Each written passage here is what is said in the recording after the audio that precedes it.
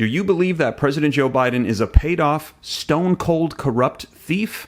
Let me know your thoughts in the comments down below, but those were the exact words that were used in a rally in Iowa this weekend by the former president, Donald Trump, who said he's a liar, a thief, and he doesn't keep his promises to the American people. Now, I'm going to share with you this clip where he says this. I'm not going to do the whole thing because the whole speech was about an hour and a half long, but I will link it in the description for you.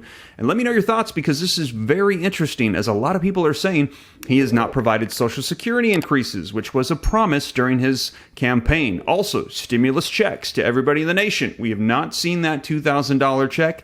Child tax credits and assortment of other economic promises still remain unfulfilled. So let me know your thoughts. Now, in addition to that, there is disapproval across the board for his performance and specifically on the state of the economy, which we're hearing is what he's going to be running his re-election campaign on. Last week, he introduced Bidenomics, and he said that he is going to be improving the state of our economy. However, also in that speech, if you missed it, you're going to want to check it out. We heard that liberal analysts and reporters gave him a major Pinocchio for false information, misleading information, information that they said was just outright wrong. But let me know your thoughts as I share this with you. And do you think that former President Donald Trump should come back into the position as president? Should Joe Biden be reelected and continue on as president, or should we have somebody else? Let me know your thoughts. But I'm going to share with you this clip. It's about 11 minutes long, so that way you can hear exactly what the former president had to say about Joe Biden. Now, let's go ahead and dive right in. Before we do me a quick favor. If you appreciate the updates, keeping you up to speed on everything, don't forget, smash that like button. Just takes a second. Thank you so much. Hit subscribe to stay up to date. It's totally free. Why not? I'll let you know everything happening with our country, our economy, your money, so that way you can know the latest. But with that being said, you guys, let's go ahead and take a look at this clip. Let me know your thoughts in the comments down below. True.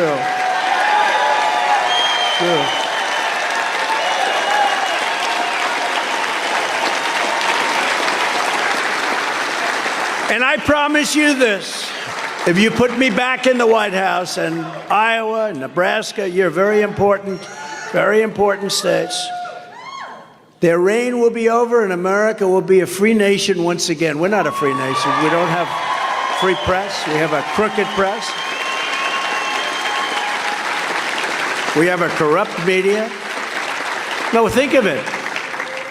They have absolute proof that Biden's being paid off by China, Ukraine, and many other countries. And the press doesn't even write about it. That would have been 10 years ago. That would have been the biggest story in history. It's 100 times bigger than Watergate. That would have been the biggest, and they don't even put it on the news. They don't, you look, if there's anything, they feel guilty because they have the biggest story in history, and they are cowards. They're corrupt. Or maybe they're afraid. I don't know. But if you see something, it's always way in the back, a little tight. This way they say, well, no, we discuss. We have a president of the United States who's a stone-cold, corrupt thief. And who's willing to arrest his opponent, who's leading him substantially in the polls. And then they go out and they say, oh, no, we really want to run against him. If they want to run against me, they wouldn't be indicting me. They'd say, I hope this guy goes, they'd say, make it nice and smooth. No, because we're leading by a lot, and we're going to win because we have no choice. If we don't win this election, we're not going to have a country. We're not going to have a country. There's going to be nothing left, and we can't let that happen. Just think of what we have already achieved in our 4 incredible years. We delivered the largest tax cuts and regulatory cuts in the history. These are the biggest cuts in the history of our country. And likewise, we built the greatest economy in the history of the world. We had it going just before COVID came in. Nobody had ever seen numbers. African American, Asian American, Hispanic American, women, men, people with diplomas, people without diplomas, people #1 at MIT, and people that could barely get a job before. Everybody was working and everybody was happy. And even very, very far left people were coming up to me and saying, let's get together. The country was coming together. It was amazing. And then we had COVID. We had to go through a different thing. And then even then, we handed over. We did an amazing job, got not nearly enough credit for the job we did. We were making ventilators for all the nations of the world. Within about 3 months, we were all geared up and took car plants and changed them into ventilator plants. It was, nobody's ever seen anything like it. And we gave you a stock market that was higher than just before COVID came in. I mean, think of it. And then it's a series of horrible mistakes. They closed down our energy industry, essentially. They want wind. They want wind. Everything's fine. They want wind. They want all sorts of things. They want the Green New Deal. You know who came up with the Green New Deal? A poor student. There's a good line of who came up and said, she said, the Green New Deal. Nobody knew what the hell she was talking about. It's mostly fake stuff. And we're spending trillions and trillions of dollars of ruining our country. The oceans will rise over the next 3 years by 1/8 of an inch. But they're not worried about a country that's 600 miles away that's loaded up with nuclear weapons. That's not a risk. But the oceans rising over the next 300 years, that's a risk. Creates more beachfront property, actually. That's the way you have to view it. So we have people that are just, what they're doing is so horrible. What's so horrible? And I'm a big environmentalist. I am truly an environmentalist. I want clean air. I want clean water. I want great fuel standards. I want great everything. But they're destroying our country. And if you look at China, they're building coal plants all over China. While we look at hoping the wind blows, okay?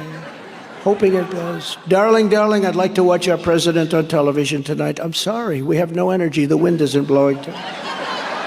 We created the most secure border in U.S. history, built nearly 500 miles of border wall, got Mexico to give us 28,000 soldiers free of charge. Thank you. And then we negotiated remain in Mexico with Mexico. You think that was easy? Mr. President, we want to have everybody remain in Mexico. You think he said, oh, that would be lovely? No. Because these are rough people that were coming into our country and are coming in at numbers that nobody will believe. I believe the real number by the end of the year could be 15 million people. You don't hear that number. That's bigger than New York State. Ended the ridiculous catch and release program. That's where you catch somebody and release them into our country and tell them to come back in 4 years for a trial. Nobody ever comes back. And deported illegal alien gang members. We deported by the tens of thousands, MS-13 and gang members into their country. And you know, their countries wouldn't take them before I came in. And you might have heard it. The country would say, because when I said, get these people out of our country, they said, we can't do that because their countries won't take them back. Guatemala, El Salvador, Mexico to an extent, other countries, many other countries, they wouldn't take them back. You know, why should they? They dump them in here and they don't want to take them back. So with the 4 countries, our neighbors, I said, how much money do we pay them a year? $700 million, sir.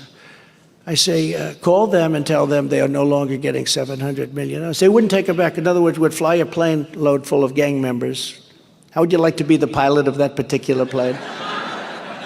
That wouldn't be a lot of fun. You know, you're flying, you're looking back, because these are seriously bad people, these people. These are not good people. But they wouldn't take the planes. They would put planes on the runway so we couldn't land. They wouldn't let the buses in. They wouldn't let the boats in, which send them by the water, Pacific. Would send them by water. Would send them through the Gulf. They wouldn't take the boats. They'd turn them away. So I say, well, that's terrible. But they're the ones that sent them here. They wanted them to come. They put them in these caravans. I think I came up with that name, where thousands of people would come in, and you had many, many people that were gang members and prisoners, people in mental institutions, as I said. So I said, inform the countries that we're not paying anymore, as of effective immediately. And they would say, no, we have no. One of the generals said, sir, they will not take them. I said, why?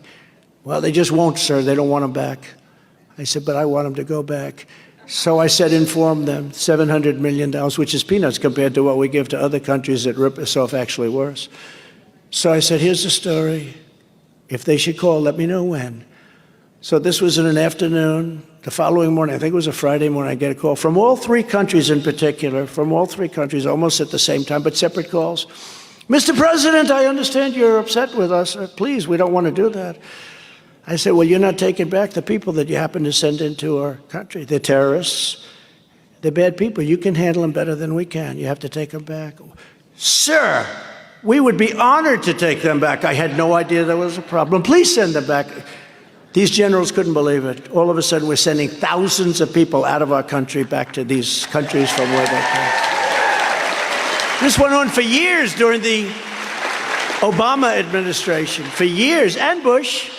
But this went on for years during previous administrations. They wouldn't take them back. I wouldn't take them back if I were them either. Look, these are streetwise people. These leaders are tough, and they're smart, and they're mean, and they think we're stupid. You know, they think the United States is this country that's run by really stupid people. They want to be politically correct, but it's not politically correct. They're dumb. And I did it in one phone call. I did it with Macron in France, because you know this. He went to put on a tax on all American companies doing business in France. And I gave it to our Secretary of the Treasury. I said, Steve, go and negotiate something very strong, because it's really, they can't let this happen. They're going to tax only American companies very substantially. And they came back, and anyway, bottom line, after a couple of weeks, they couldn't make a deal. They come back again. I said, I got one more week, and then I'll take care of it. Couldn't make a deal. I call them up. I say, Emmanuel, how are you? Oh, I am so fine. Beautiful accent. I love their accent. I could never imitate that beautiful French accent. Oh, I am so happy to speak to you, Mr. President. It's such a great honor. Now, Emmanuel, let me ask you, I hear you're taxing, you want to pass, and it's going along very fast, and pretty soon you're going to be taxing all American countries doing business in France. Is that a correct statement? Oh, yes, it has passed, and thank you for calling. Thank you so much. I said, no, you don't understand. We're not going to let you do that. No, it is too late to do anything about it. I said, here's the story, Emmanuel. If you don't terminate that immediately, like I mean today, we are going to tax all of your wine and champagne that comes into the United States. We are going to put a tariff on it of 100%. No, you can't do that. No. I said, well, maybe I can't, but I have the document here, and I've already signed it. This goes into effect at 9 o'clock tomorrow morning. All wine and champagne coming in from France is taxed at 100%. We're putting a tariff on. I said, so you have 15 minutes to let me know what you want to do. No, I will call you back. Calls me back in about 3 minutes. President, we have decided that in order to have a fine relationship with the United States, we will not be putting any tax on American businesses, right? Meaning jobs. A lot of these people I was saving, I don't even like them. They're not even very good people, but I got to do what's right for the country, right? But you can do a lot of that. I did many of those things with a phone call. Man, so there you have it. Let me know your thoughts. Now, if you want to know the latest on Social Security or on the president's speech on Bidenomics, and we're hearing that was full of misinformation, be sure to check out this video right here. I'll link them both so that way you can click it. Check that one out next. But with that being said, you guys, thank you so much for joining me. I'll catch you in the next video. Take care. God bless. This is Steve.